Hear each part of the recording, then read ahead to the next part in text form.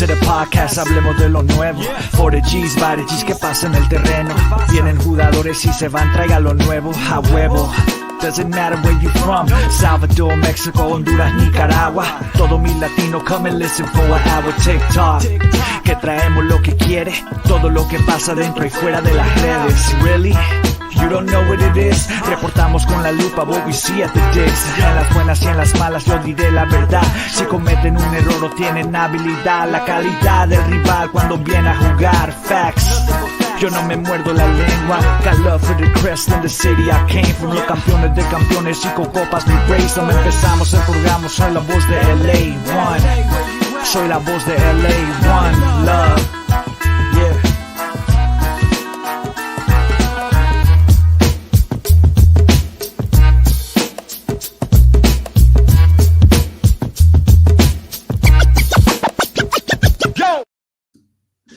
Hello, hola, and buenas to all you LA Galaxy fans out there who are celebrating a second win in a week.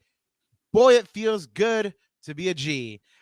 For everybody that's out there listening to us the first time, thank you so much. For all you regular Lacuna Galaxians, thank you once again. As always, this podcast is made with love for all you guys out there. And if you've been looking for a spot to come and get some LA Galaxy news and content, well, you found us, guys. We are here. Today, we're going to be reacting to the LA Galaxy's 2-0 home win over Nycfc, a chippy affair that the Galaxy managed to see out without Riqui and Gaston Brugman to remain unbeaten at home. But before we get into all of that, I'm one of your co-hosts. I'm Rob Halon. You can find my written work at Extra Talk Time, and you can find me online at El Escudero de LA. And since I'm here, you know the ride or die GN homie is right next to me.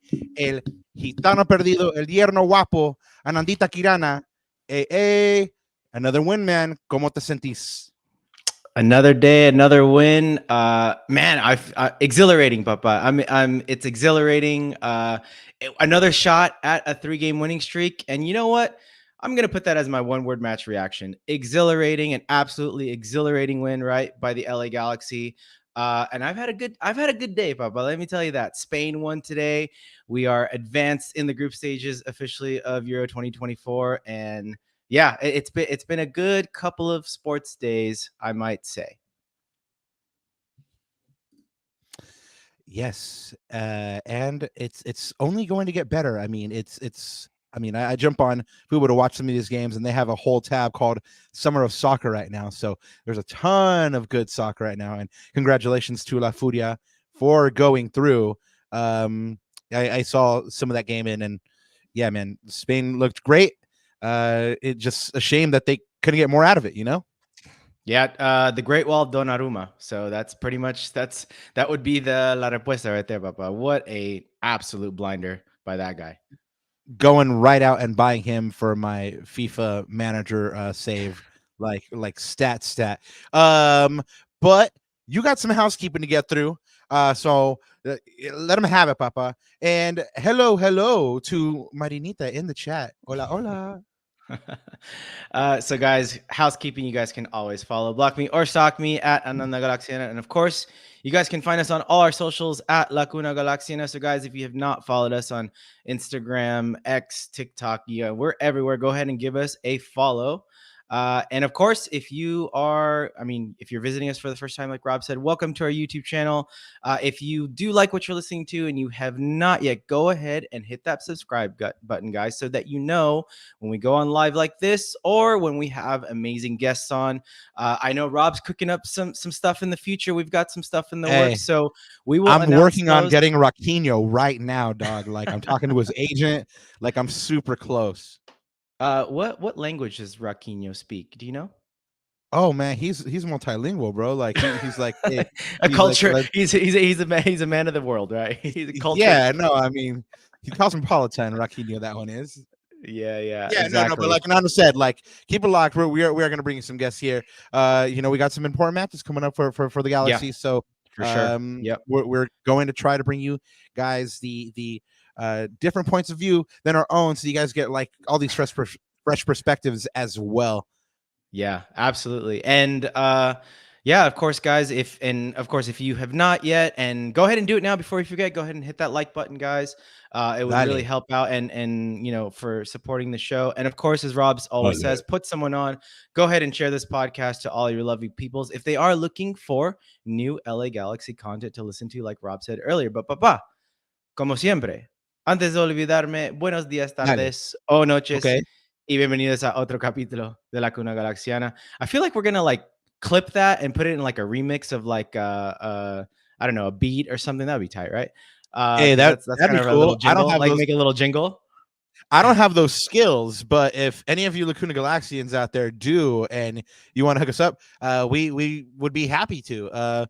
But yeah, man, you gave me your one word match. I was gonna reaction. say I'm not gonna let you off the hook. I need to hear yours. Satisfied. I like it, man. Man. Yeah. Satisfied. I totally. It's gratifying to see the team, like go out and play like they should, like we know they can, and with their backs kind of against it, with with some injuries, and so we'll get into all that. But I'm satisfied. Onward and upward. Bring on RSL. That's what I got to say. This team is playing well. They are balanced. We feel good, right? We all feel good. Yeah, no, I mean, and they seem like they feel good. I mean, we speak to them and they seem happy. They joke around with each other. Greg seemed 10 times lighter than he did last year. Man, so long may it continue. But before I go any further, Anandita Kirana has a new series with El Profe, Alex Ruiz, Carlos Gatácticos, where they break down everything you need to know tactically. The first episode is about Gabriel Pecky, who has been lights out recently. Unlucky not to score in this last game, but check that out. That is on the YouTube channel, and you get the best of the tactical minds of Anandita Kirana and El Profe Alex Ruiz, aka Alexinho, aka always locked in. I just wanted to say, like, we've been getting such good love on that video, Rob, and I've been getting some DMs and comments and messages. So really appreciate you guys, and thank you for tuning in. And yeah, if you haven't gotten a chance yet, it's interesting. Some of the things that we talked about manifested itself in the last game. Even though Gabriel Peck did not score, he was in some great positions. We'll talk about his performance a little bit later during the review. But yeah, go ahead and actually the link is in the description below. So guys, you don't have to go too far.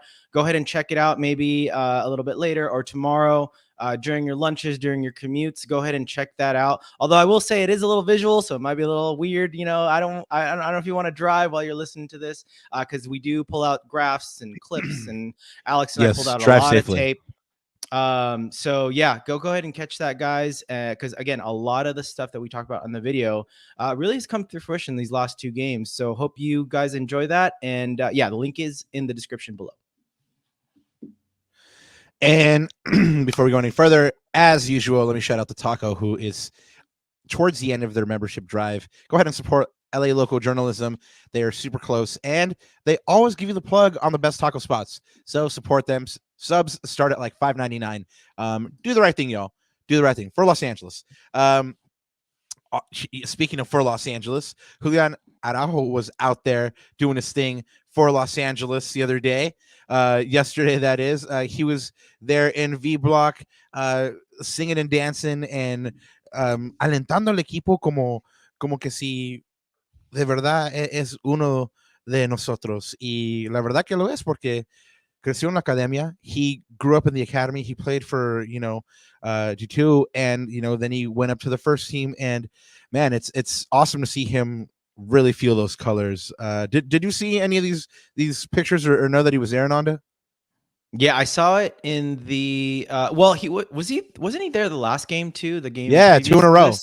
So I remember that, but this one actually, now that you mention it, I didn't realize he was there because I didn't see it anywhere in the broadcast. So that's awesome that he actually pulled up to ACB, and I mean, Pulled up and was chilling. Is and always will be one of us, right? So there you go. Yeah, exactly. Well, shout out to Julian. Hopefully he's getting a lot of good family time and you know, a relaxed time before he goes and wins that first team spot for Barcelona.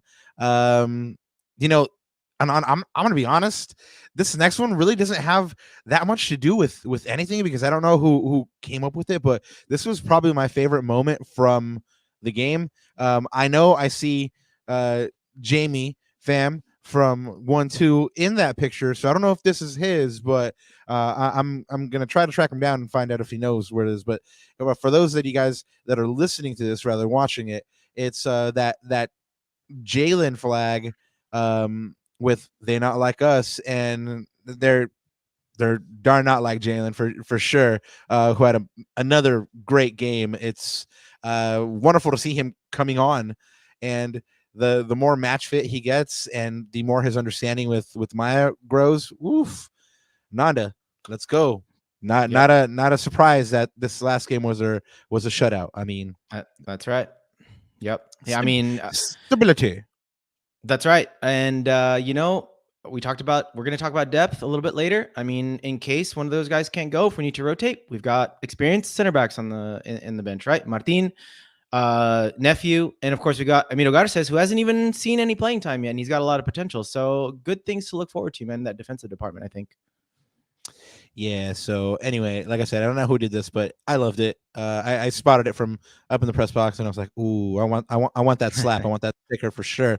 You know, we just spoke about Julian, who was in the academy. We also spoke about Jalen, who was in the academy. So let's shout out the academy.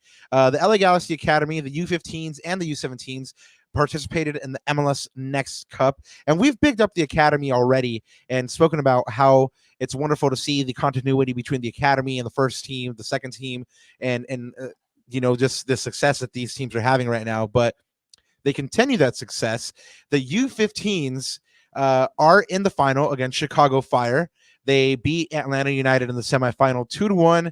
So they will be going for that crown, for that title against Chicago Fire. Watch out for that one. You guys can find that one actually on the season pass, MLS season pass. So look up the MLS Next Pro socials and you guys can find the stream there. The U17s, Ananda, will play their semifinal at the time of this recording tomorrow, which would be Friday. They'll play the Philly Union on Friday, June 21st at 5 p.m. They beat Sporting KC 2-0 to make the semifinal. And I don't know if you remember, Ananda, but this is a rematch of the Generation Adidas Cup that the U17s lost to Philly in penalties. So this one's going to be a spicy meatball, I think. These teams have already seen each other. I mean, there's probably already, like, you know, some built up right there. So it's going to be a fun match. I'm definitely going to catch the stream. So for any of you guys that want to see the future of the LA Galaxy, go ahead and check out this game tomorrow as the U17s take on Philly Union. And Ananda, you know what, man? This is probably going to be the time of the year where people are going to see me like most like not plugged into LA Galaxy stuff. And I apologize ahead of time to everybody. But it's La Copa America, and my country's playing. Ecuador is here on the West Coast, and I will be seeing them all 3 games. I'll be traveling to them, and I'll be covering them. And so, if for whatever reason, you know, I'm not really talking LA Galaxy and I'm talking more Ecuador stuff, you guys know why. But yeah, man, I'm really excited because this tournament is the oldest international tournament on the face of the earth, and you have, you know, just really good storylines going into this one. Messi and Argentina could win their 3rd major title in a row. They could do the Continental, the World Cup, and then again the Continental here with the La Copa America.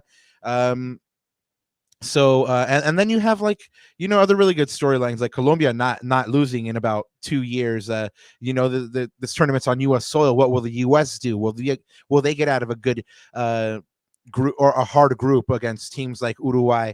And then of course you have Ecuador, who a lot of people are picking to do well and get out of the group first. And honestly, man, I told someone yesterday at the game, like, I don't even think they'll get out of the group. Like, it's perilous. They're still reliant on a 36-year-old Enner Valencia, who's a boss, who's Superman, by the way. But I'm scared, man. I'm scared.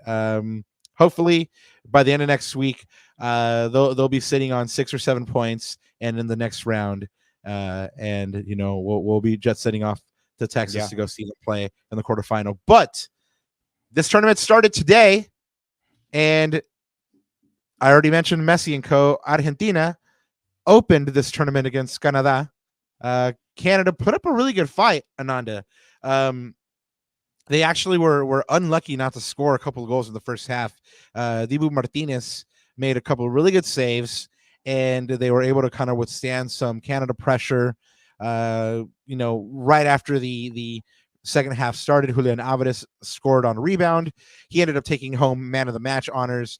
And then in the second half, towards the closer to the 90 minutes, I think it was like the 86th, 87th, Messi puts Lautaro Martinez through for the 2-0, and he kind of puts the dagger in it. But yeah, like I said, Dibu Martinez had himself a day, man. I think he honestly should have taken man of the match. He kept the minute till Argentina's quality kind of took over, and because that's usually what it does. But any team that I know you're supporting Spain for the Euros, obviously. Do you have a team for Copa America? I don't, so I might as well just be the good Samaritan and support Ecuador for my co-host, right? Hey. But I mean, look, I didn't say. Did I say you and I? Anyways, no, I'm just happy because you picked Ecuador. Gary, that's for you, my man. In the chat. So, but I mean, Ecuador on paper, I mean, they've got. Maybe they're not as strong, like on paper, talent wise, maybe with the names, but they do have some names, Robert. I know there's a lot of Ecuadorians that play in Europe. I mean, you got the likes of, Estupiñán and those guys that play in Europe, Moises Caicedo, right? So you've got some experience. Not with the team. Only thing, but okay. But that's the thing, right? I don't know how they play as a national team because, again, national team is completely different than sort of individual talent and club teams. But we'll see how it goes, man. And good luck to you guys. I'm gonna be rooting for you guys for sure. Yeah, Ecuador has a good spine. They just lack an established goal scorer after Enner Valencia. I mean, I said 36, but I think he might be 37 now. But I mean, he can't go all 3 games, all 90 minutes. Los españoles también estaba pensando que Alvaro Morata is too old, right? He's like 30, mid-30s, 33, I think. But hey, he's been killing it. So you never know, Papa. You never know. They might show up in the tournaments. Let's go, Enner. Let's go, Ecuador. Vámonos. And if you are going to any of these Ecuador matches, hit me up. Let's link. Let's talk some Ecuador, and let's talk some Galaxy, and have a good time. But moving right along, this is I think legitimately now it might be the last call. Sorry, that is not the last call. We'll let you know one more time about this one. But Eric Zavaleta will throw out the first pitch at the Angels Salvadoran Heritage Night on June 30th. Of course, you can get more information from AFCHA. You guys get an Angels Salvadorian Heritage Night jersey, and then also some good times with cumbia bands and DJs and stuff like that. So if you're Salvadorian, I don't know why you wouldn't go to this and go say what up to Eric Zavaleta and have a good time. Keeping it right along, there will be the away game that we will preview for you just here shortly against RSL. And the LA Riot squad will be doing a watch party at the 6740 in Whittier. Go ahead and hit up their socials for more info. Guys, we've also told you about this one. The ACB is doing a overnight bus trip to San Jose. That one leaves on June 29th and returns June 30th. That is the yearly Stanford Stadium game. It is a blast every year. I'm really bummed out that I can't go to this one. Of course, I'm going to be in Phoenix, Arizona, seeing Ecuador the next day.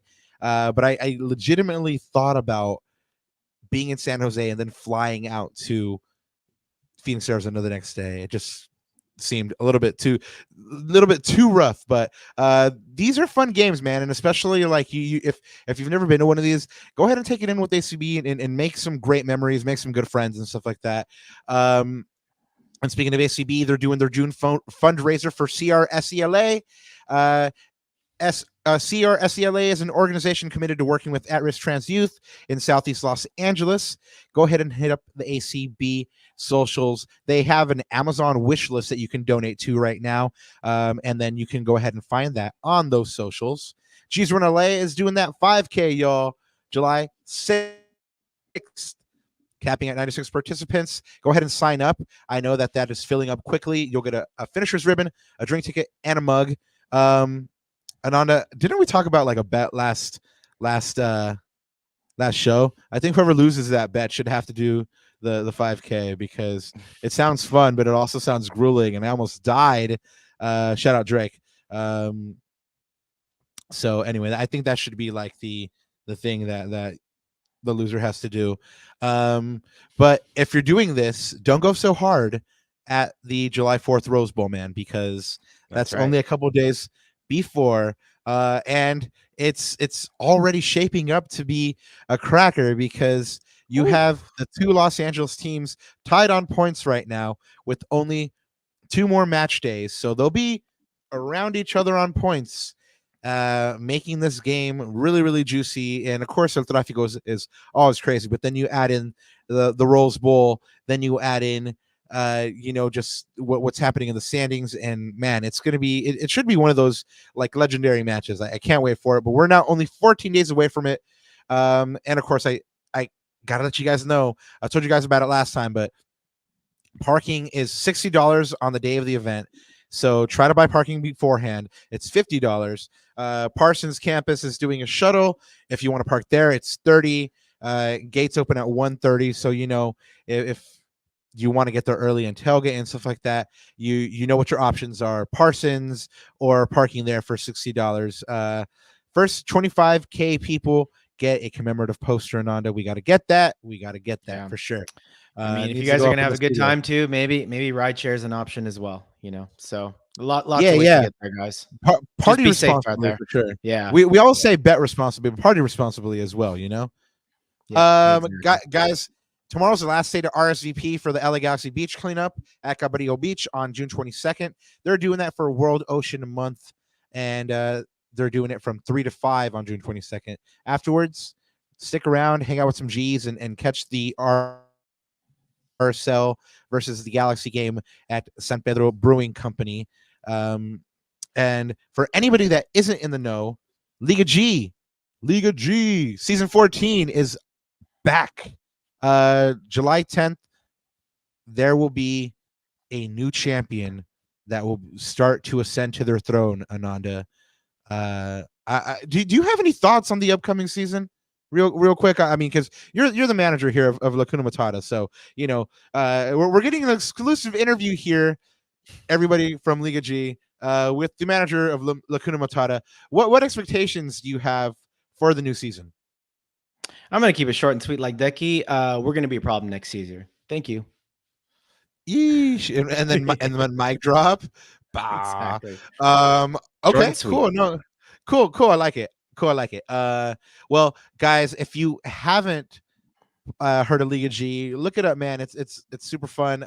Just a bunch of G's that hang out and play FIFA together online. And the best thing about it is that they started a league, and now there's teams, there's competitions, and this year there will be a new champion because the 3-time champion Mamba is taking a hiatus, and now it's anybody's ball game. I can't wait to see what actually happens in this season. I'm just hoping for the playoffs. Season 2 playoffs progression from season 1. That's what I'm going for. I'm always like about that progression. Yep. I'm with you.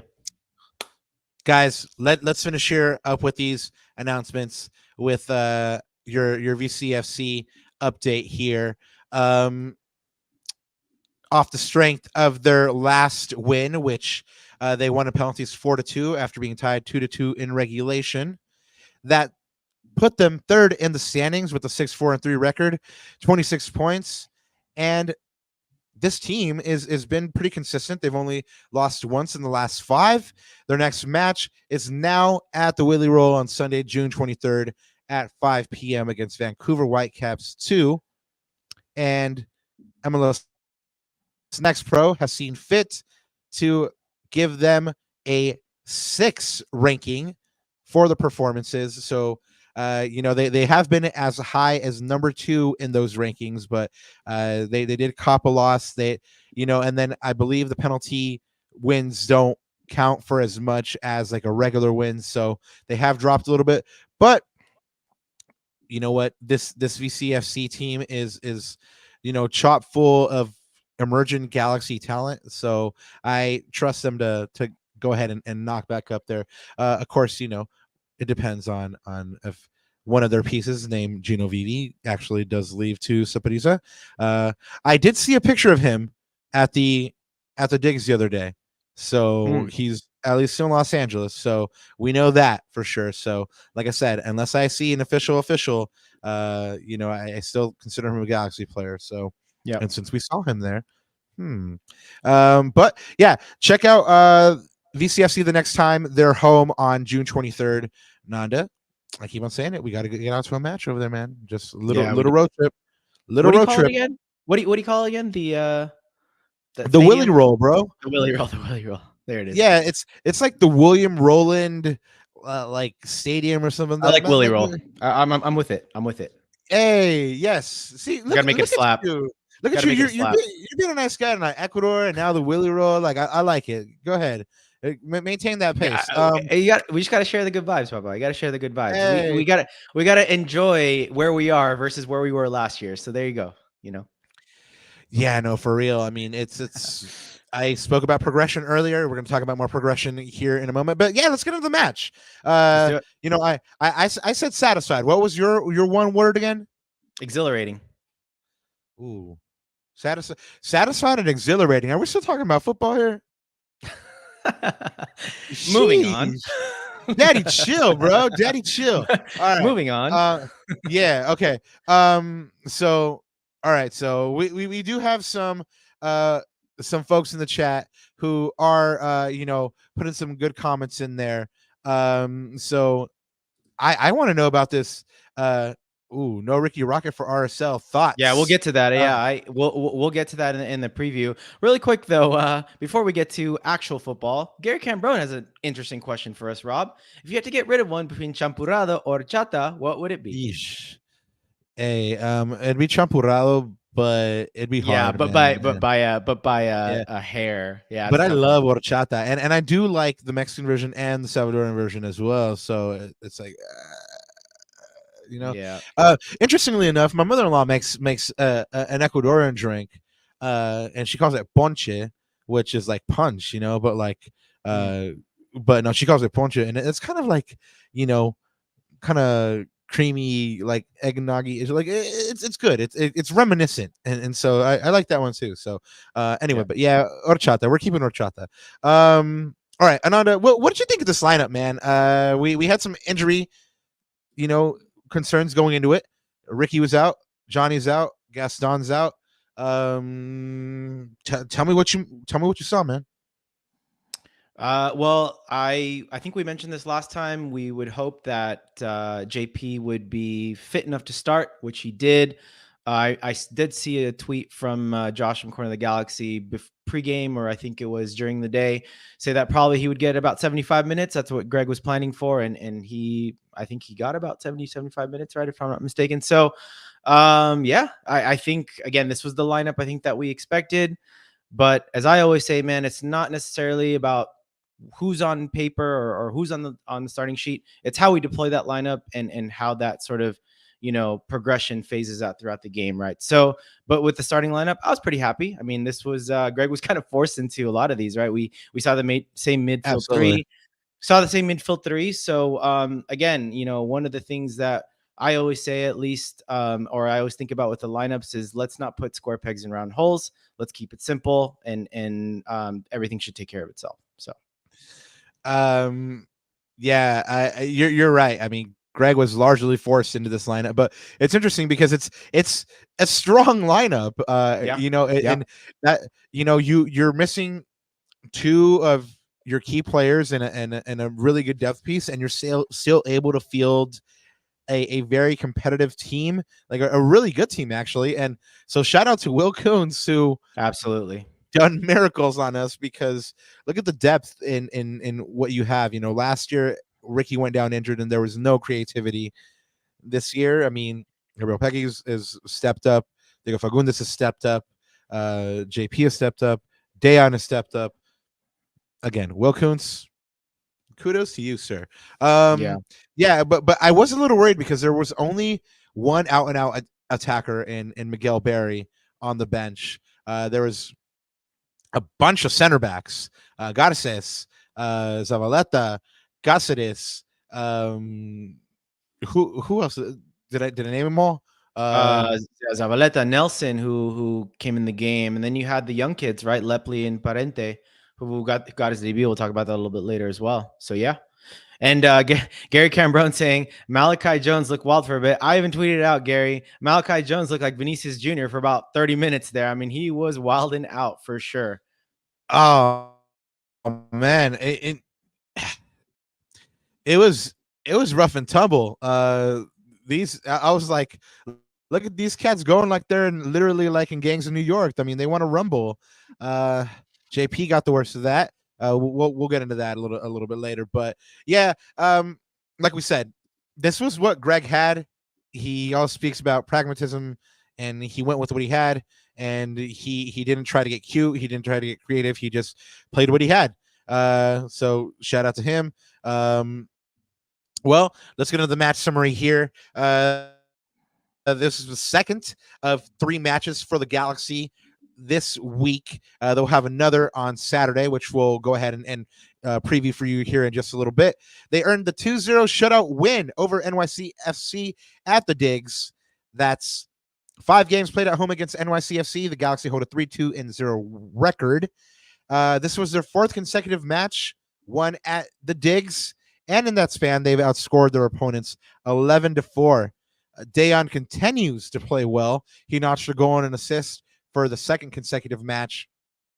His team-leading 11th goal ties Eduardo El Tanque Hurtado for 10th place all-time goal scorers in LA Galaxy history with 30. And you know what? Immediately, he notched himself on my heart because he tied El Tanque, and he has that in common with El Tanque, and he's surely going to pass El Tanque this year. But as soon as I heard that, I was like, oh, he was so happy yesterday, man. He was so happy. Yeah, it's like he knows he's playing well and he feels good. I love it. I liked his reaction even more. His response to the question was he wanted more. He's like, I'm not on this team to just be on 10th. I want to be the top. So that I love the response more. Hey. He said, job's not done. Yeah, exactly. Job's not done. Hey, exactly. I love it. No, I love the hunger. Yes, Dejan had himself a game. He continues to play well. We've already spoken about Jalen Neal. He had himself a game as well. He completed 68 of 72 passes for a 95% pass accuracy rating. He won 2 of 3 duels and had 3 interceptions against NYCFC. Mark Delgado, we talk about him every week, man. Like every pod, we talk about his good performances. Get the re-up done, please, Galaxy. Get the re-up done. That needs to happen. He had 8 of 13 duels, 5 of 7 tackles, 6 possessions, and 2 interceptions in the win. And then, oh man, Ananda, how this young man must have savored this moment. Isaiah Parenta made his LA Galaxy debut in the win. That's a couple of LA Galaxy debuts. And just the past week, you have Ruben Ramos, Tucker Lepli, and now Isaiah Parente. So not only do you have a team that has depth, but you're seeing a manager now that's actually starting to bring through the younger players. So that's encouraging as well. It's encouraging that he actually can, and I'm going to talk about that later for sure. Dale.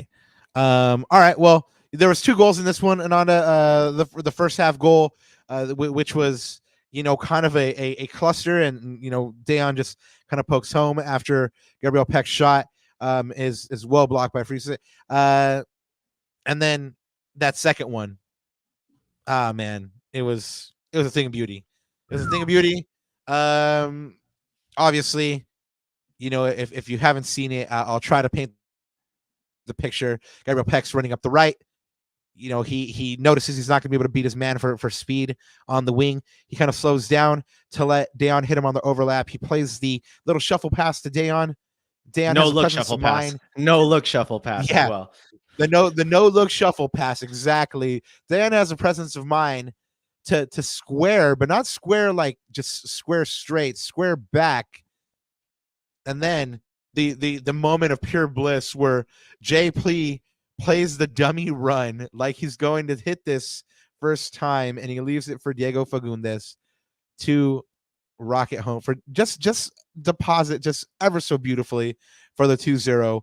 And man, this is pretty much where the fight went out of NYCFC. After that, it kind of turned into a brawl, and them just trying to kind of limit the Galaxiana. They really didn't have that many chances other than the one big save that John McCarthy had, that one-handed save that kept the Galaxy, in the lead. But yeah, I didn't really see NYCFC putting up much of a fight after the goal.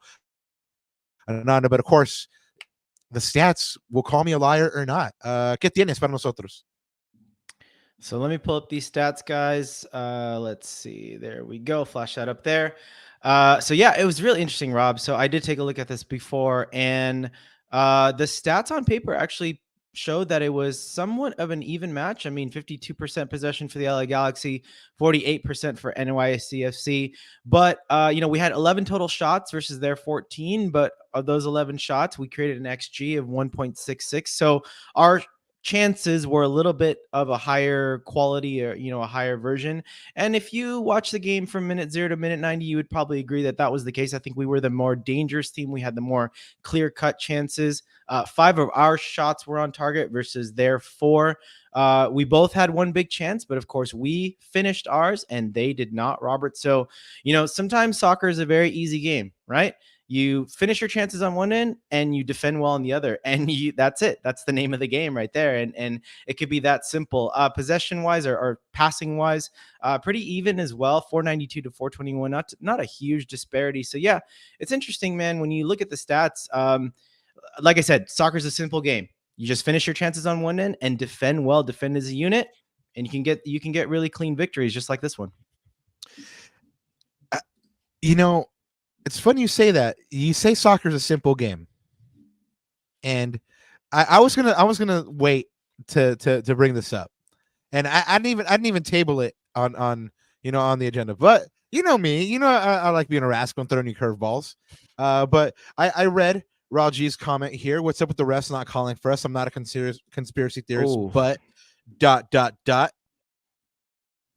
And yeah. Soccer is a simple game, right? I mean, there are rules that set forth, regulations that should make the calling of the matches relatively simple. I mean, now we have the advent of technology that makes it even easier.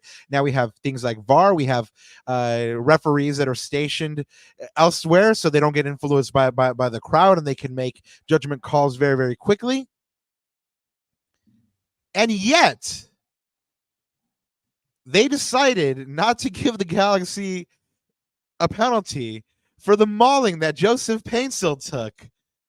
I mean, I don't know how you see this play and decide that he's not just getting manhandled. I mean, it was graphic, man. He got grabbed all up on. He got picked up and thrown down. And then when the podfather, Josh Gessman, who's the pool reporter for the Galaxy, asked about it, they told him pro refs told him that it wasn't clear and obvious. By what Wow. definition do you need to foul somebody now for it to be clear and obvious? It's insane, bro.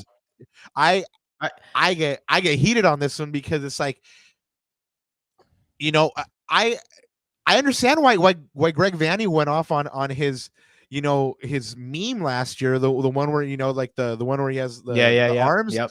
Because like this is the kind of stuff that was happening to them last year, but this time it was even more blatant and it wasn't clear and obvious. And then VAR backs it up by saying they agreed that it wasn't clear and obvious, that there was no misinterpretation of the rule. You got to be kidding me. I mean, come on, man. Can you imagine if they made that call on like a Western Conference final or God, by all means, an MLS Cup? I mean, this has got to stop. And you know what, Robert? This is happening again. I'm glad that we're not really focusing on this point because there's too many positives to focus on. But the only thing I want the DJ ref back. I was gonna say, number one, are you sure it wasn't Scab refs? Are you sure it wasn't Scab ref refereeing this game? Oh man. But number two, I gotta say, man, I feel like Raul is not far off. This has been happening since game one. Remember how Mark Delgado got sent off in that first game off of a phantom challenge from Busquets? This has been happening since game one, Papa. Game one. Bouanga's dive. The Bouanga's dive. Exactly. Like there's so many of these. Oh, I could go on and on and on. But again, I want to focus on the positives, but this has got to stop, man. This is just getting absolutely ridiculous. Ananda, I need to ask you a question.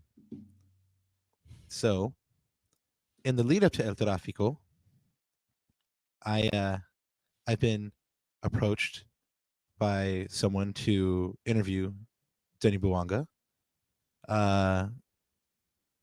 Do you think the chat could be nice if we tried to bring him on the pod?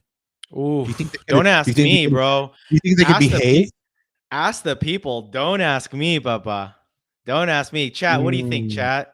Wait, are you messing with me? Or are you serious? Wait, are you messing with me? Or are you serious? I know I'm being serious. I just don't know if can you. Okay, chat. Can you behave? Can you behave? Gary's like, oh hell no. It's like that. I mean, hell to the no. Right. Well, you know, it's something we'll think about. You know, it's like you know, it's like the who did Confucius say it, or did Lao Tzu say the know your enemy? Who said that, Ananda? You mean other than Rage Against the Machine? I don't know. I forgot who said that. Other than Zach De La Roca? Nice. Good call. All right. Well, honestly though, I'm with Gary on this one. No, Papa, no. Well, you know what? We can invite him on when we win MLS Cup, and we can throw egg on their face. Then we can invite him on. There you go. How about that? I don't think that would be conducive to. I know. Gary Cambron, behave yourself. We can't be mean. Unfortunately. Yeah, I know. Gotta be civil. Tab, we gotta be nice. We have to be neutral. You know, this is a family show, and we will behave for the most part anyway. But psych. Okay, let's move on. Oh man, see, I thought you were behaving yourself. All right, guys. But let's get into some match stats from this one. Per the Podfather, we brought him up already today, so shout out to him. The Podfather and Corner of the Galaxy are off to their sixth best start in franchise history with 34 points in 19 games. That makes Greg's second best start since he did the same in 2021. They missed the playoffs that year. However, they had a really rough second part of the campaign, and they missed the playoffs on the last day of the season when Houston beat them. Excuse me. That Coca-Cola, man. Anyway, in 9 matches played at home in 2024, the Galaxy are unbeaten. They've improved to a record of 5-0-4. And in 9 games dating back to May 5th, they hold a record of 4-1-4, 16 goals for, 10 against. Gabriel Pecky keeps on doing his thing. He's contributed with 11 goal contributions, 5 goals and 6 assists. And we've already spoken about Decky a little bit, but he has 15 goal contributions so far in 17 matches. 14 of those are starts. During 2024, he's averaging 1.08 goals and assists per 90 minutes. In 9 games played at home, he has 6 goals and 3 assists. He's recorded 32 career goal contributions, 30 and 12 in 95 regular season appearances, with 46 of those being starts. So less than half of his games are actually starts, and he's already 10th on the all-time list. So congratulations to Decky. We spoke to Diego Fagundez after the game, another one that looked very happy. He's started 10 games for the Galaxy this season. Every game he started, the Galaxy have won. I told my wife that stat. She was instantly happy because she's a big Diego fan. And after meeting his family in Austin, I'm a big Diego fan as well because man, what lovely people, man. So shout out to them. But Decky spoke about Diego Fagundez really quick in the press conference and said, what he's an incredible player. What kind of, it's not often that players have 70 goals in the league, so incredible player. And they were kind of showering themselves with love because John McCarthy spoke very highly of Jalen Neal as well. But that's the good feeling that happens after you win. So but while there is improvement, there is still room for more improvement. The Galaxy have given up the not as many goals as last year, but they are still on pace to give up 54. That would be 13 less than last year when they gave up 67. However, they still need to do a lot better on cutting out those goals. They're ranked in third goals scored, ranked third in goals scored, however, with 37. And Ananda, tell me what you saw that stuck out to you most in this match. That stuck out to me most. Well, I'm just going to go to our, because it's a little bit of the first point that we wanted to talk about, Robert, which is, one of the things that I've noticed, not just this match, but the last two, ever since the little mini break, is our patterns of play are starting to become more predictable. And those are kind of the words of Greg Vanney, but I've noticed it as well. I don't think he mentioned this, but what I've noticed is it's very clear. There's almost like I call them pods. There's 2 attacking pods. There's an attacking triangle on the right. And there's an attacking triangle on the left. Decky is always the spear of that triangle. And by the way, Decky's all-around play, which we'll talk about later, is really, really stepped up this year, man. He's becoming a complete forward, and that's really nice to see. But on the right, it's that triangle between the 2 wingers. So whether that's Paintsel on the right or Peck in this particular case, and Yamane, who's starting to now take that inverted role a little bit. We're starting to exploit a lot of his talents and making him, instead of Delgado, sort of that third cog in the little triangle. And on the left side, you have Diego and whoever the winger is on that side, again with Decky. So, and the patterns are predictable. Get it to Decky, play quick 1-2s. If you can't find it, recycle it, refresh it, and go again, right? Switch the sides. I mean, it's now you're starting to see what Vanney ball, quote unquote, is starting to look like. And I think when we stay within the system, it's starting to make a lot of sense. So even Rob, the one thing that I was worried about in that first half was, yes, we were patient. Yes, we had good combination play, but we weren't finishing our goals off. And then as soon as that goal went in, that was a big big sigh of relief because I think we deserved it. I mean, again, for all that good play, I was like, man, we had so many good chances in the first half. Peck missed a couple of really good shots.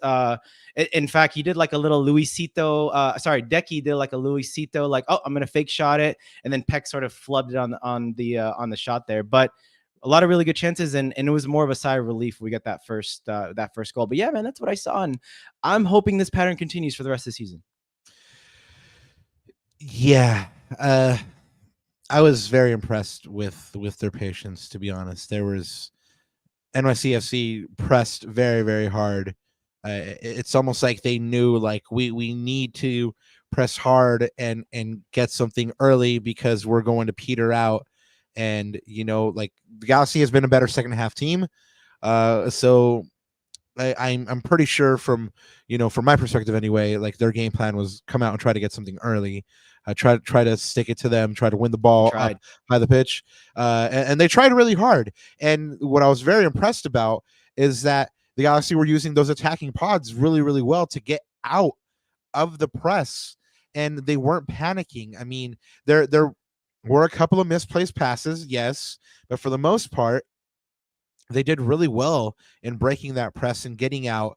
And so, yeah, they need to be commended. I think there was one passage of play where they worked it around to both sides of the field twice, and then they actually got a chance going up the field and somebody misplayed it. But it's just kind of a testament to that patience and what you called the Vanney ball, keeping it predictable, but not so predictable that that the other team is going to pick up on it. I mean, these players are starting to be predictable to each other, but not to the other team.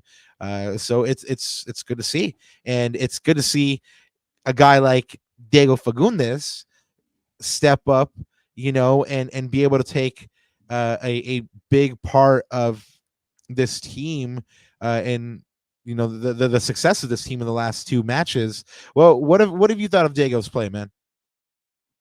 Oh man, Diego's been, you know what, Rob, this shouldn't come to a surprise to us, because Diego, we've said it ever since we saw him at CVI. Remember, for me at least, I think for you too, I think you would agree with me. The two things that turned our head at CVI was, number one, the way Diego looked, and number two, the way Cerrillo looked in that midfield, stepping up into that role and now being a key part of that midfield. I think those two things turned our head. So this shouldn't come as a surprise, man. Diego came into the season looking fit, looking sharp.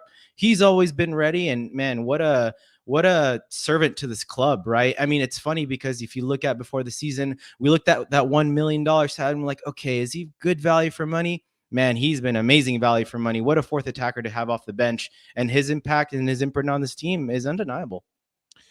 It's kind of crazy what could happen when somebody's settled and happy, right? I mean, he spoke about last year he was kind of living at an Airbnb hotel. He wasn't eating the best. I mean, his dogs weren't with him, his family wasn't with him. I mean, he wasn't settled.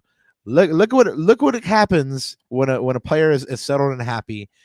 He's stepped up massively, and I believe you had some video evidence or some graphic evidence that you wanted to bring up in support of Diego's game recently.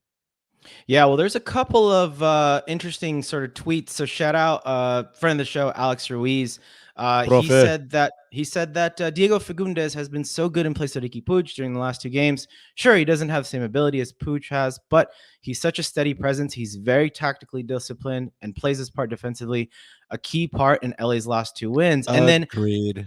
This is interesting, Robert, because it leads to the next line of thinking in this conversation, which is, so this is from Andrew Eby from Apple TV. So he says the LA Galaxy are handling business without Riqui Puig. The collective is humming in large part to Peck, Paintsel, and Joveljic, and LA are climbing the table. Now, can Riqui make sure his magic fits within the structure most of the time so there's more balance? So that, to me, is the more interesting part of this conversation. When Riqui comes back, right, Diego's done a more than serviceable job, an amazing job in his stead. But when Riqui comes back, like, what is the impact of that, right? Like, what is the impact of how is he going to work? Where does Diego go?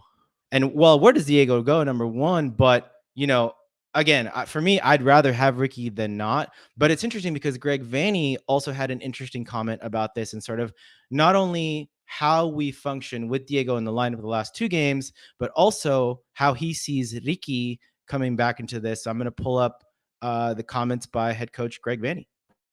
What we realized in the first 17 games and now 18 and 19 is when we stick inside of our structure and inside of our system and we make things sort of clear for each other but unpredictable for the opposition, we're at our best. When we start functioning in a little bit of a improvisational world where we're too all over the place, that's when I feel like we're at our most vulnerable. And I think the last couple of games, because that's what we've worked on the last 2 weeks, is this is when we're good, this is when we're vulnerable, this is when we're good, so let's stay more inside of this space and less in this space. There's times we have to improv inside of a game, but the more you can be predictable for each other, be in the right spaces at the right time so that the solutions are there, both on the attacking side and defending side, then the more collective we are as a team and able to accomplish things. And I think the last 2 games are an example of that. I mean, we're missing very important players in our team, but the collective is doing the work, is finding the right spots. The ball is moving with speed.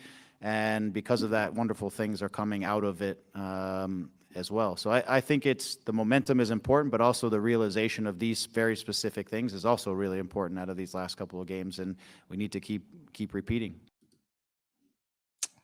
There it is. He's not wrong. Absolutely. So yeah, that to me is the more interesting part of this conversation, man, is how Diego's been phenomenal, but how do we reintegrate Riqui back to the team? Because he's, he's still a very, very important part of this team, especially if we want to win silverware. Like we've got to have as much talent and as much quality on this team. And he's a game changer. Whether, you may like him or not, he is an absolute game changer. So can't wait to reintegrate I like him just fine. But why are you coming at me? I like him just fine. Oh, no. Just in case some of the people listening, have their doubts about Riqui and his impact on the team. Well, I'm not one of them. I understand. But so yeah, just can't wait to have him back. But yeah, really, really, really good. I think spot on comments there by head coach Greg Vanney. Yeah, I've been racking my brain into how you can get Diego and Riqui into the side and keep JP, Peck, and Dejan out there. And I'm not really seeing how it could happen. But then again, you also need, good attacking depth. So, but if it comes past that Riqui comes back and Diego is kind of like that first option off the bench, I have it kind of like every certainty that he's going to take that role with humility. I mean, he said this in the presser. I brought up the fact that when he started, the team has not lost, and he just smiled and he said, quote, "I'm just taking my turn right now, being on the field and doing everything I can to help out the team defensively, attacking, whatever it takes." I also love the fact that he's out there and he's having fun, and he said as much. I'm having a lot of fun out there right now. We have amazing players out there. When you work hard, you're going to get rewarded, and I think today I definitely got rewarded with that goal. It's nice to see, and now we have to recover, get ready, and there's that hunger again, and go to Salt Lake and hopefully do it again. And it seems like he is kind of taking some of that Dejan hunger and kind of like absorbing it, because you mentioned that Dejan earlier in the show, was talking about how now they need to go to Real Salt Lake and get another one. You brought something up to me, man. Earlier in the day, Dejan is on pace for 20 plus goals this season. People before the season were saying, is he it? Is he going to be the guy? No other guy. And he's come through and had 11 goals and 4 assists, 15 goal contributions this year. You wanted to talk about him. Go ahead, wax lyrical.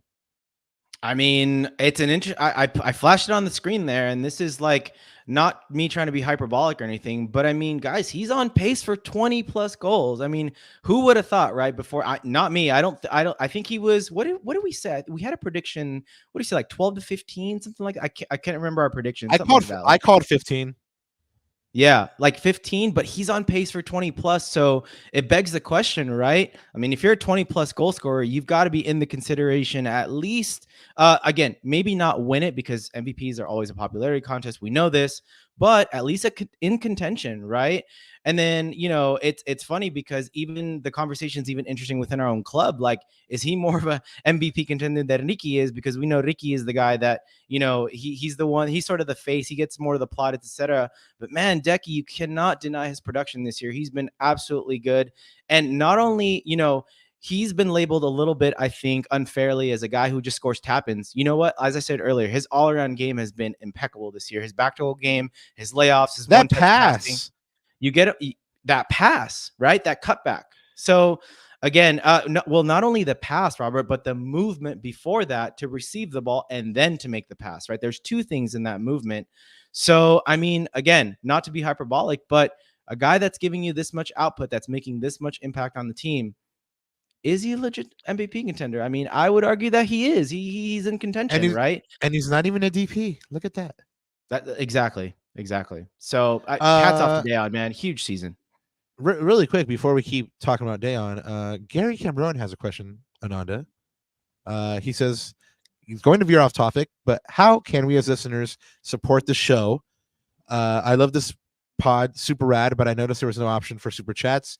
What metrics need to be met in order for super chats to be a thing? First, you're already helping out the show by listening to it, subscribing, and letting people know. Thank you so much, Gary. And then in terms of the metrics for super chats, I think Ananda knows a little bit more on it. But you know, like I said, you definitely help out when you listen to the show, when you tell people to watch it, when you watch it, you know, just like when you're like, oh, I wanted to see that part again. Yeah, like I said, you're already helping out. But Ananda? Yeah. The only thing I'll say is, you know, there is a sort of subscriber count to this as well. So Gary, if you want to, you know, tell your friends, put your tío, your tía, your abuelo, your abuelita, whoever, man, on and have them sub to the show, that will greatly increase our chances as well. But thank you for the love. We really appreciate it. And, you know, we're just trying to do our part. And this is really for you guys. I mean, Rob and I can talk off our faces for hours on day, but we figured we'd share the love and share the time with you guys. So there you go. But thank you again for the support. Yeah, if we weren't talking about the LA Galaxy with y'all, we would be talking about it over some wings and beer like we used to do anyway. So yeah, and this is like the beautiful part about it is that like we found you guys in the process, you know, and so again, you guys help out just by listening. We appreciate it. And you know, steady is the journey until we get to super chat land. But yeah, till we get there, yeah, let's keep doing what we're doing. Chat, we love you. And yes, till we get there, subscribe to our YouTube channel. There you go. Flash on screen. Shameless self-promotion, Robert. Subscribe. And you know what? Me and Ananda will sing you a song. And then yes, Gary, beer is always nice. Like, you know, who doesn't like beer, you know? So yeah, we'll do that too. But anyway, going back to Dejan, Greg spoke about him. He said that his connection to the game over 90 minutes has grown this year, has gotten a lot better. And then he said, and I quote, "We've always said his evolution for us was going to be that 90-minute striker, the one that when you're in the build out can link a play, the one that when you're on the sideline can get you help off the sideline, the one that when the opposition sits in a low block and still find his windows of space to finish. You know, these kind of things can help us on the defending side." I think he's absolutely right. We're seeing those small 1-2s in a small amount of space with Gabriel Pecci, with Diego Fagundez. And like you said, he's always at the spear of that attacking pod, no matter where it is.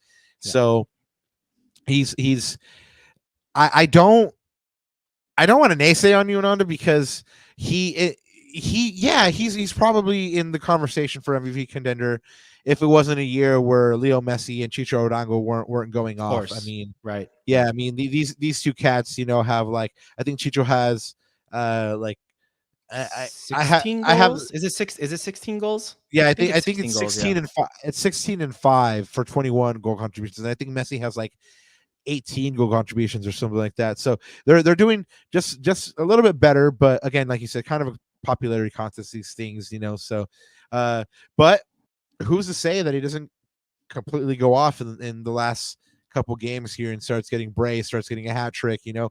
It's not like when the team is not healthy, they can't create the chances. Rob, I'll leave you in chat with this before we get to the next point. I don't care about MVP, but I'd rather see Decky win MVP of MLS Cup. There we go. MLS Cup final MVP. I'd rather see that. Right? That's what matters more to me. That exists in a world. Yeah, well, I love it because that exists in a world where the Galaxy make MLS Cup, and who's going to say no to that? That's what I'm saying. That's what I'm saying. Well, like you said, we'll leave you guys with the last thing on Decky, with the more sage wisdom by Greg. Becoming a complete striker is about doing all the little things, not just scoring the goals, even though that's what you're really paid to do. But doing all the things is what helps the team really win and what helps the team get shutouts. When we think about defending, when we think about the defending team, but it really starts with Dejan. man, it's these players are doing the small things to help the collective, and you're seeing it with the results. And then, you know, you have these two very important players that don't play, and then you have, you know, Johnny Pettis, who's doing very, very well. And you go into this match thinking, man, this team is up against it. What are they going to do? And then they come out and put in a wonderful professional performance.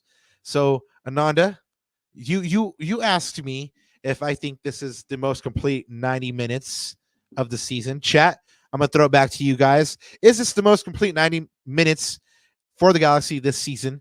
Let us know what you think.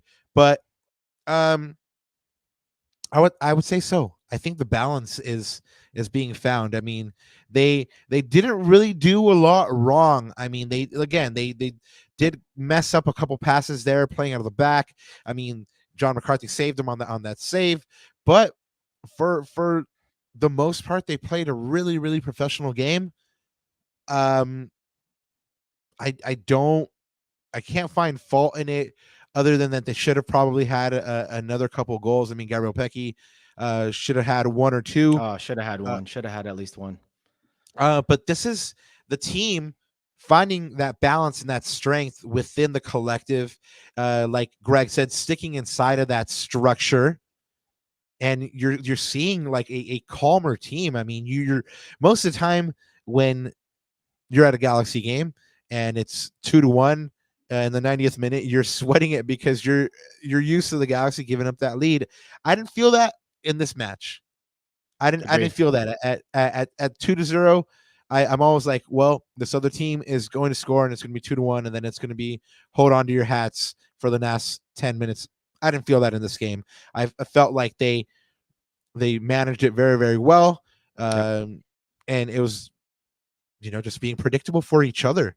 You know, being there and being predictable for each other. It means being there for each other, knowing your teammate is going to be there. Like, hey, my teammate is so predictable that I know he's going to be where he needs to be to get that pass or to bail me out or to help on the weak side.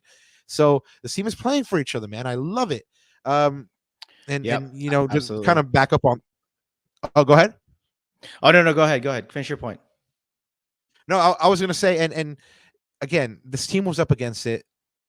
Two very important players that are missing, and they're still taking the punches and performing. Last year, I think they would have lost this match before, you know, this game had even blown. You know, they didn't have the help, the players, the creativity, the verve to go out and get this kind of match, even at home last year.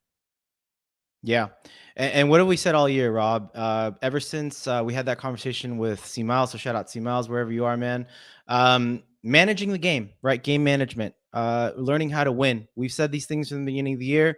We're starting to see it, man. These last two games, we're starting to see it very slowly. And, you know, all I'm going to say is this on, you know, the question around, is this the most complete performance? I'm going to pull up this tweet by some hack named Ananda Galaxiana. We've been waiting for him.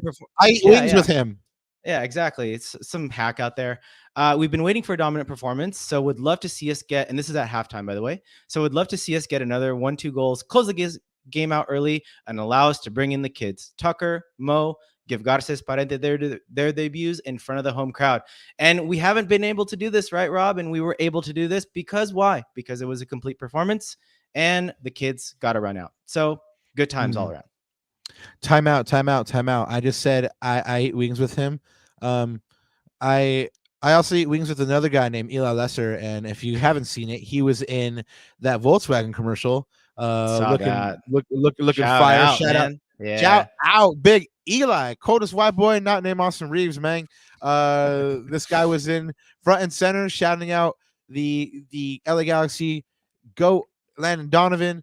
Man, it's really good to see all your hard work pay off, Papa. Nothing but love for you. Can't wait to get wings with you soon. The moment of the match. Ananda, the Galaxy officially named the moment of the match. J-Matt getting a clean sheet. Shout out to the defense for their help on that one as well. And yes, it is important for the defense to get these clean sheets, establish that culture. Of course, J-Max one-handed diving save kept the Galaxy ahead in this match. Very, very important save. But for me, not the moment of the match. Was it for you, or did you have another? I think it was for me, man, because 2-1 might have been a different game state. You don't know if the nerves would have came around. You never know at 2-1, right? What do they always say, Rob? 2-0 is the most dangerous lead in football or in soccer. So 2-1 would have been a little dicey. But so yeah, J-Mac came up big. I think that was a Malachi Jones shot, right? Again, he looked like Vinicius Jr., man, I'm telling you. Absolutely deadly out there. That's a player. That's a little player to watch out there. We've talked about like Azeel Jacksons, those types of players. There's another Columbus. one. I saw that. A good pickup by Columbus, by the way. Strength from strength to strength, right? They got a really good little player there. But anyways, Right. yeah, I think the J-Max save was my moment of the match, Robert. I got to be contrarian. Not for me. It's got to be the second goal. I already spoke about it, so I'm not going to relive it for you again. But I feel like it's the Galaxy at its best. Greg's said it. You've said it. I've said it. We've seen it. They're at their best when they're in the transition, not when they're aimlessly knocking the ball around in the opposition's half, not able to get a shot off. And we saw on this goal, they got out in transition and they got the shot. They were there for each other. They were predictably there for each other, and they got the goal. So shout out to them. That was my moment of the match. It was just a lovely goal. Greg loved it. He said it was outstanding. And again, I've enjoyed watching Greg be happy during this stretch. So then we get to defending the badge. Ananda, before I go into the candidates and their attributes, and of course we have Dejan, Diego, Gabriel Pecky, and John McCarthy. Do you have a favorite for the winner? Yeah, man. You know what? I'm gonna go actually with Dejan Joveljic, right? A goal and an assist. I mean, 2 goal contributions. Can't really beat that. And like I said, he had a complete game, man. Absolute complete game. I mean, like you said, the goal was nice, being in the right place at the right time, but the assist was even nicer. You don't expect that from a forward. I haven't seen that part of Dejan's game, but oh boy, that was a beautiful cutback again to find his teammate. Again, he made the run first, and then he had the presence of mind to look back, look up, cut it back, and can't argue with that, man. He's been absolutely wild this year, just an absolute beast, and long may it continue. So yeah, Dejan Joveljic for me. Well, let's look at Dejan's stats. He had a goal and an assist for the second straight match. He made the MLS Team of the Week, the bench. He is now 6th in the Golden Boot race with 11 goals. And again, I just love that he's hungry. He said, let's get a 3rd win in RSL. Again, it would be the first 3-game win streak in the Greg Vanney era. They need it. Come on. They need it.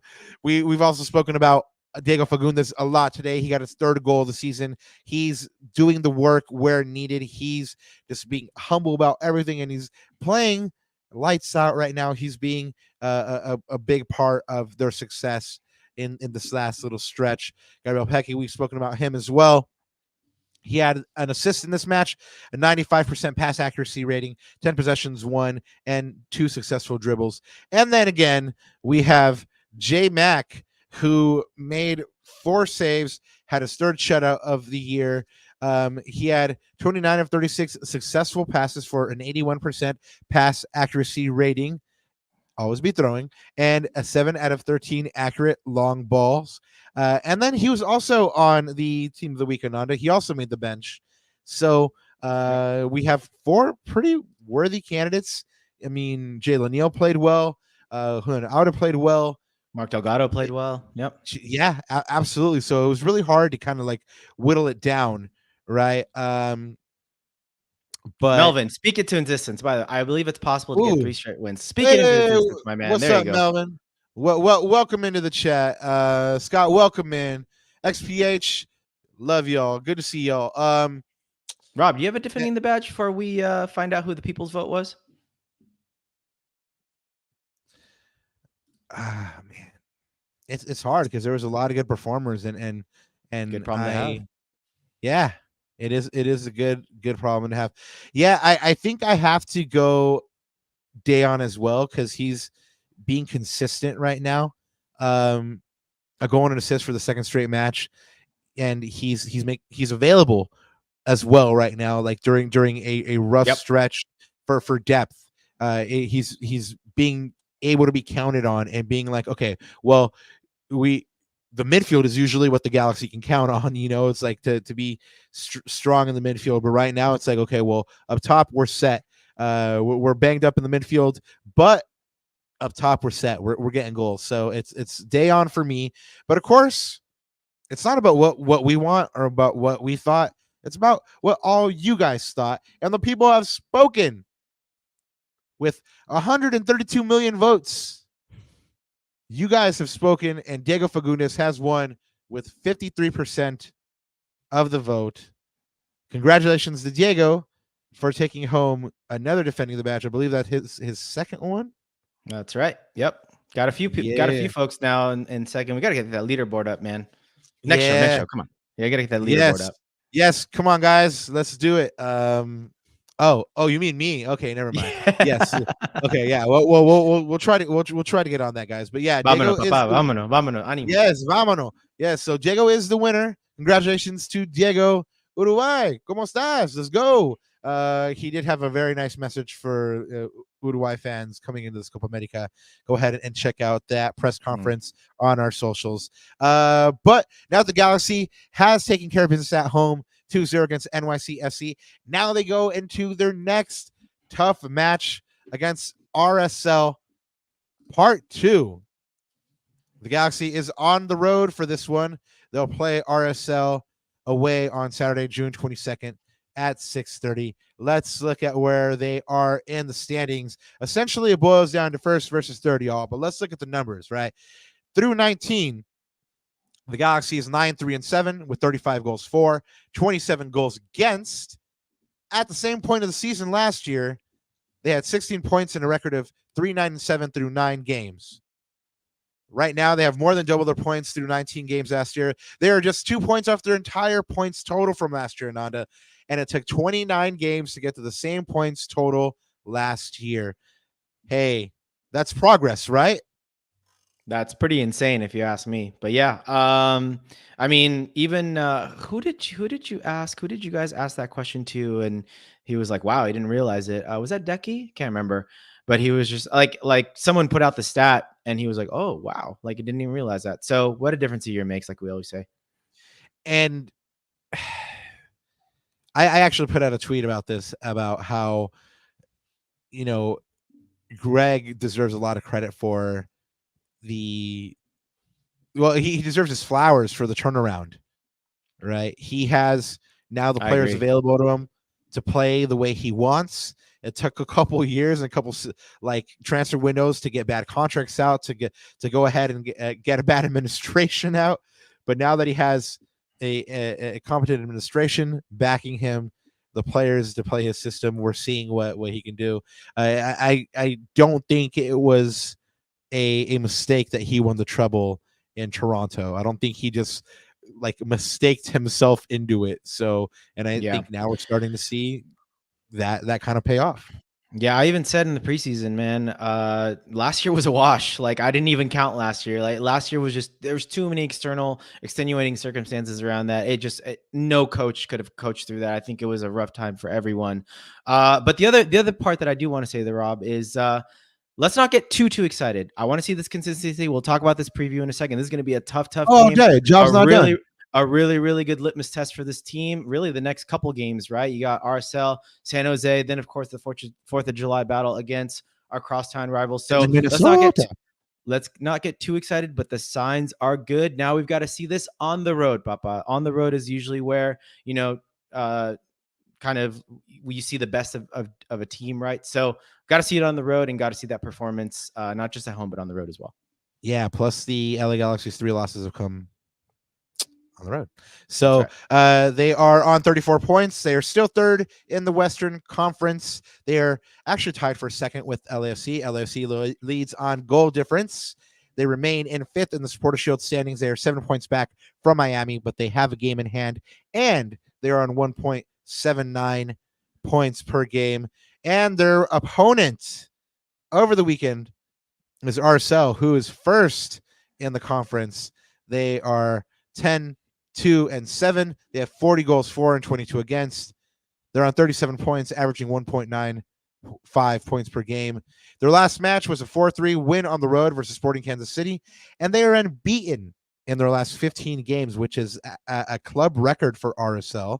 It's wild. They're ranked. Yeah, no, it's definitely wild. Unbeaten in 15. If the Galaxy's offense is purring, they are ranked third in goals scored.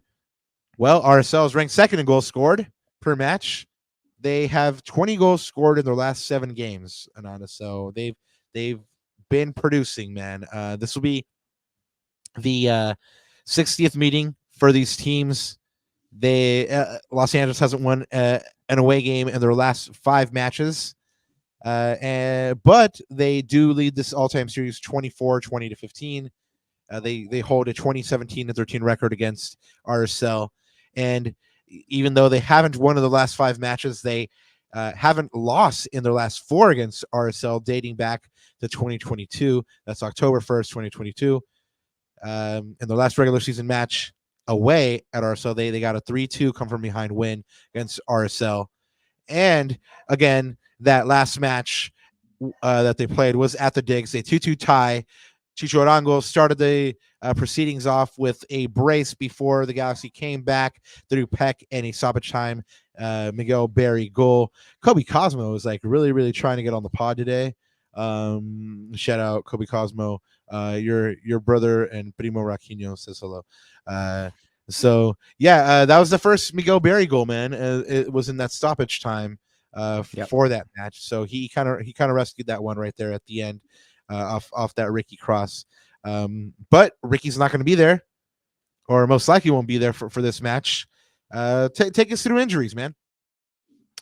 Yeah, let me pull that up right here. So, I mean, Rob talked a little bit about the head-to-head too, but yeah, on our side at least. So Gaston Riqui and Johnny Perez as well. I think Rob, can you, I don't want to misspeak, what was the latest on Johnny? It looks like he was out for another couple of weeks with a grade 1, right?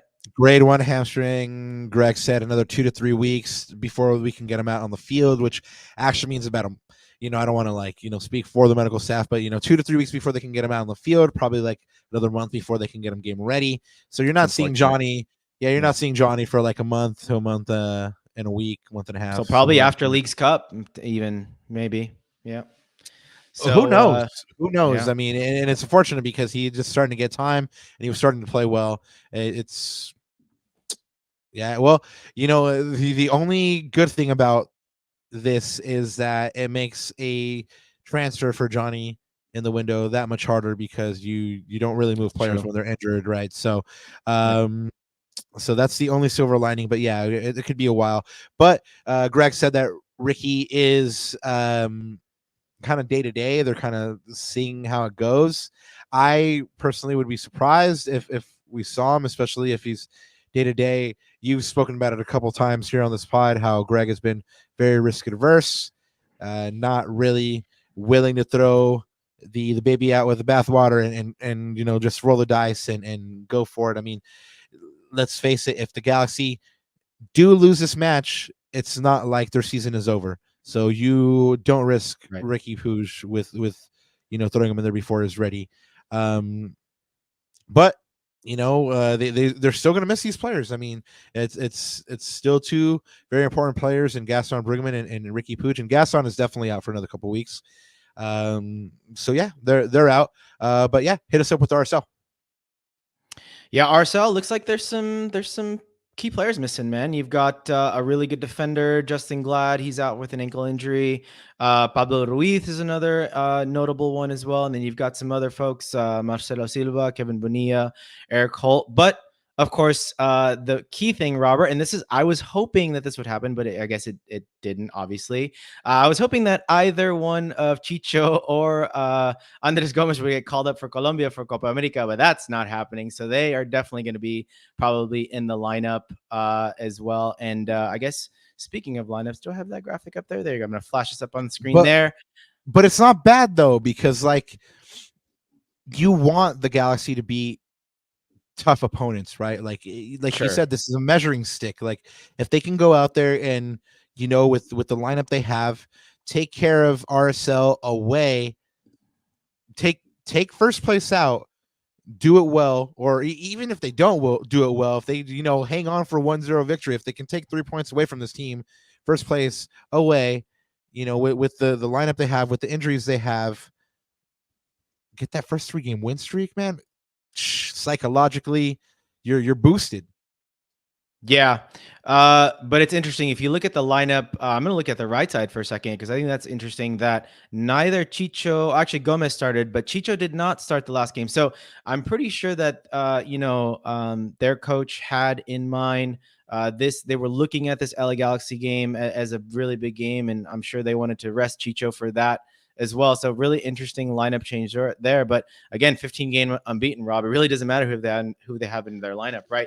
Diego Luna is always one to watch out for. But yeah, on our side, again, this is going to be a tough match, because this is going to be the 3rd game in a row that you're going to run that midfield trio, right? Of Delgado, Cerrillo, Fagundez, lots and lots of minutes. This time travel's involved.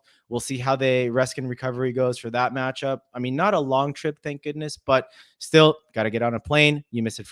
Practice day, etc. So we'll see how they recover. It's the match is at 6:30 local time here on a Saturday, so it is in the evening. It's not a midday match, but it's going to be tough, man. And I'm most worried about that midfield 3, as I was worried even last game, though they looked impeccable, I think, all game. And we luckily we managed the game enough to we can get subs in for them, but against RSL, that's a totally different proposition, my man. Totally different proposition. Yeah, I mean, I think Greg was just going to be pragmatic again and go with what he has, go with who's actually available, who isn't feeling the minutes. I would expect him to put out the same 11 if he has them, because that's what he has. So, chat, we are going to ask you for a prediction as always, but before we get there, let's go ahead and get Ananda with some stats so you can be informed when you go and throw out your prediction for us. Yeah, I'm actually going to zoom through these really quickly, because as we both know, I mean, LA Galaxy and RSL are 2 top offensive teams. When you have, when you score goals like we did on the counter on that second goal the last game, and on the other side, when you've got weapons like a Chicho Arango, like a Gomez, like a Diego Luna, I mean, the offensive stats speak for themselves, right? Top 5, top 3, top 5 in expected goals, shots on target per match, big chances. And the difference, again, I think between both teams, as I talked about with LAFC, very similar conversation, is that they are also a very good defensive team, Robert. RSL has 6 clean sheets this year. The XG conceded is at 25 versus the Galaxy at 6.5 goals more. Although we are getting better. I think that is trending better. But here's the one thing for you guys and gals to look out for in this match. I pulled up the stat: possessions won, final third per match. That first goal, remember, guys, the last game, we won the ball high. And we talked about this, I think, a few pods ago, Rob, where Greg Vanney wants to see his team win the ball in certain moments of the pitch, in certain game phases, wants to see his team win possession higher up the pitch so that you don't have that much distance to travel to score a goal. RSL is, I would say, elite in that category, 3rd in the league at 5.4 possessions won, final third per match. LA Galaxy only at middle of the pack at 4.1. So that's definitely one to watch out, Rob, for is, are we going to have high press again? That high press, they like to win ball high up the pitch, it looks like. So we've got to be neat. We've got to be tidy. But most importantly, we've got to stay organized and compact. So in the cases that we do lose the ball, we've got numbers back there to cover and snuff out those offensive chances. Yeah, well, we've already spoken about some of their weapons. I mean, we've spoken about Diego Luna. Justin Gladys is a good defender who will be out to the Galaxy to get a small victory there. But Chicho Arango, he's been lights out all year. He's already scored 2 goals on the Galaxy, part of his 16 goals, 5 assists in 19 matches. He is in the lead for the Golden Boot with 16 right now, and he's actually outperforming his XG. His XG is 11.67, so he's doing even better than That's the elite. metrics would say. Yeah, I mean, he's doing really well. And then of course Andre Gomez, he's been lights out too. I mean, if Gabriel Pecky wasn't here, I would be like, hey, what's up with that Andre Gomez guy? But this guy is this youngster. I gotta say, has 10 goals and 6 assists in 18 matches. 2 goals in his last match when he kind of took the starring role for Chicho. You brought up touches in the opponent's box last pod, so I wanted to bring that one to you. Ananda. Andre Gomez averages 6.33 touches in the opponent's box per 90 minutes. He has 9 big chances created this year, 6 goals, 3 assists in those last 8 games. So he's in a purple patch of form. He's the only U23 player in all of MLS with 10 plus goals, and he became the youngest player in RSL history to record 15 goal contributions in a single season. I'm more worried about him than I am about Chicho, especially because I remember that Julian had a bit of a problem with him last match. So anyway, Ananda, go ahead and bring us some betting odds. I feel like we need to go ahead and cleanse our palate really quick with some games of chance rather than be scared of Andre Gomez here. Yeah. So guys, betting odds, of course, bet responsibly. Odds right now, the line is at -140 for RSL. That's about a 59% chance the bookies are getting them to win at home. Of course, LA Galaxy is at a +290, so that's about a 25% chance. And the draw is at +310. So a little bit higher there. I would say about 27, 28%. So, but again, Robert, 25% for a road team is not terrible, right? Usually anywhere between the mid to high 20s, the bookies are giving them somewhat a chance. Again, this is a tough one to call because, you've got two really good teams. Of course, one at home, you're always going to give the home team a chance, but both teams are on short rest. You've got 2 days of break. Was the last RSL game, was their game at home or away, Robert? I don't know. But if it was at home, of course, advantage to them, right? They were away. Okay, so they are traveling back. So that may, play to the Galaxy's favor a little bit. But yeah, decent shot, I think. They didn't go that far. They were in Kansas. Yeah. So again, but it's better to be at home, right? You saw what the Galaxy did last 2 games at home as well. But absolutely. This will be a tough match, Robert. Well, I'm interested to hear. Well, let me have it. I wanted you to go first. Wait, who went first last time? See, these guys were bickering already. I definitely went first last time for sure because I took the mantle and I was like, let me go first. Actually, you know what? We're both wrong because chat goes first this time. So I'm going to read some from chat. Ooh, the people. Scott with a 2-1 Galaxy win. Gary Cambrone 2-1 tied until the 90th minute, and then the Galaxy scores in stoppage time. That would be great.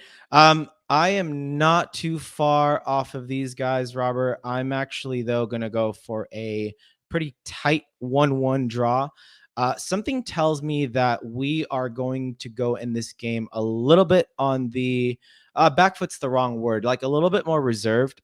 We know the threat that they have, especially on the wings. Conservative. Gomez is going to give us an absolute fit, I think, on that wing, whatever side he's on, whether that's on Julian's side or if he switches over to the other side on Yamane's side. You saw what problems Yamane had against Malachi Jones. Again, Gomez is going to be a very similar, tricky customer, right, on that wing. So we'll see how that one goes. But I just have a feeling we're going to go in this game not to lose. I think we want the point on the road. Of course, we want that 3-game winning streak. But just given the rest, the lack of rest, the lack of days in between, that midfield 3, like I said, that for me is going to be my biggest worry is how do those midfield 3 hold up, especially with wave after wave after wave of RSL pressure, which it's going to happen, man. It's at their ground. It's going to happen. So how do we respond to that? How do we stay organized? How do we stay compact and sort of diffuse all those attacks? But I think to that, though, that's going to be to the detriment a little bit on the attack. I'm hoping that Greg plays on the counterattack, but we'll see how that goes. But yeah, I'm going to go for a 1-1. I am actually going for a what Galaxy Melvin is going for, which is a tie as well, but I'm saying another 2-2. And I think this time it'll play out the reverse. I think the Galaxy is probably going to go up a goal, and then RSL will tie the game. I think it's going to be a slugfest back and forth. Demoralizing, but yeah. Well, it's a point on the road against RSL, not terrible, banged up as they are. So I think it's going to be a 2-2. And the Galaxy split points with RSL once again until they potentially meet in the playoffs for the Western Conference Final. Hot take prediction? Yeah. Hot take prediction? Hope so. Yep. Hope so.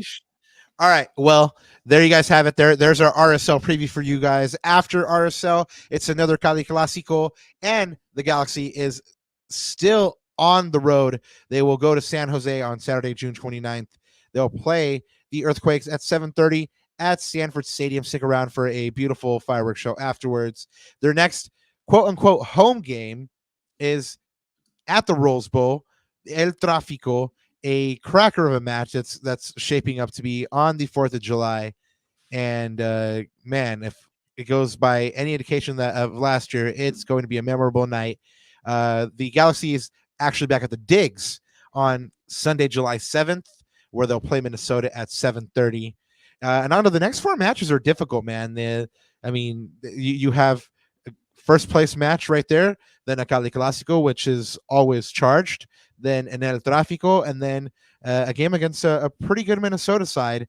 Dallas has also had a resurgence ever since they got that new coach bump, and Colorado has been playing pretty well as well with their new signings. So, man, the Galaxy, 5 of these next 6 games are very, very tricky propositions. So stick here with us. We'll bring you everything you need to know as usual. Previews, reactions, guests, Riquinho sightings, everything, man. We'll bring it here for you. Ananda, anything else to add before we get on out here? As always, I always give the last word to chat. And you know what, Rob? This was said a while ago, but I'm actually going to pull this up because forget about football for a second. Forget about LA Galaxy soccer. This is really what Laguna Galaxiana is all about, man. Gary says, XPH, my dude, I know I've never met you, but I feel like I've known you for a long time because of the pods. You're legit, my dude. Appreciate you and your takes. And honestly, guys, like when I'm going to be honest with you, when Rob and I first started talking about this, like the one thing that we wanted to build is a community, right? Where we all kind of support each other. We all talk to each other. I mean, for us, this is like a nice stress relief from the day of work and, all the things that we have going on in our lives. And so coming here, talking to you guys, this is what it's all about, man. So I wanted to pull that up because that for me is the essence of this pod, and we hope you guys enjoy it. And thanks again for tuning in.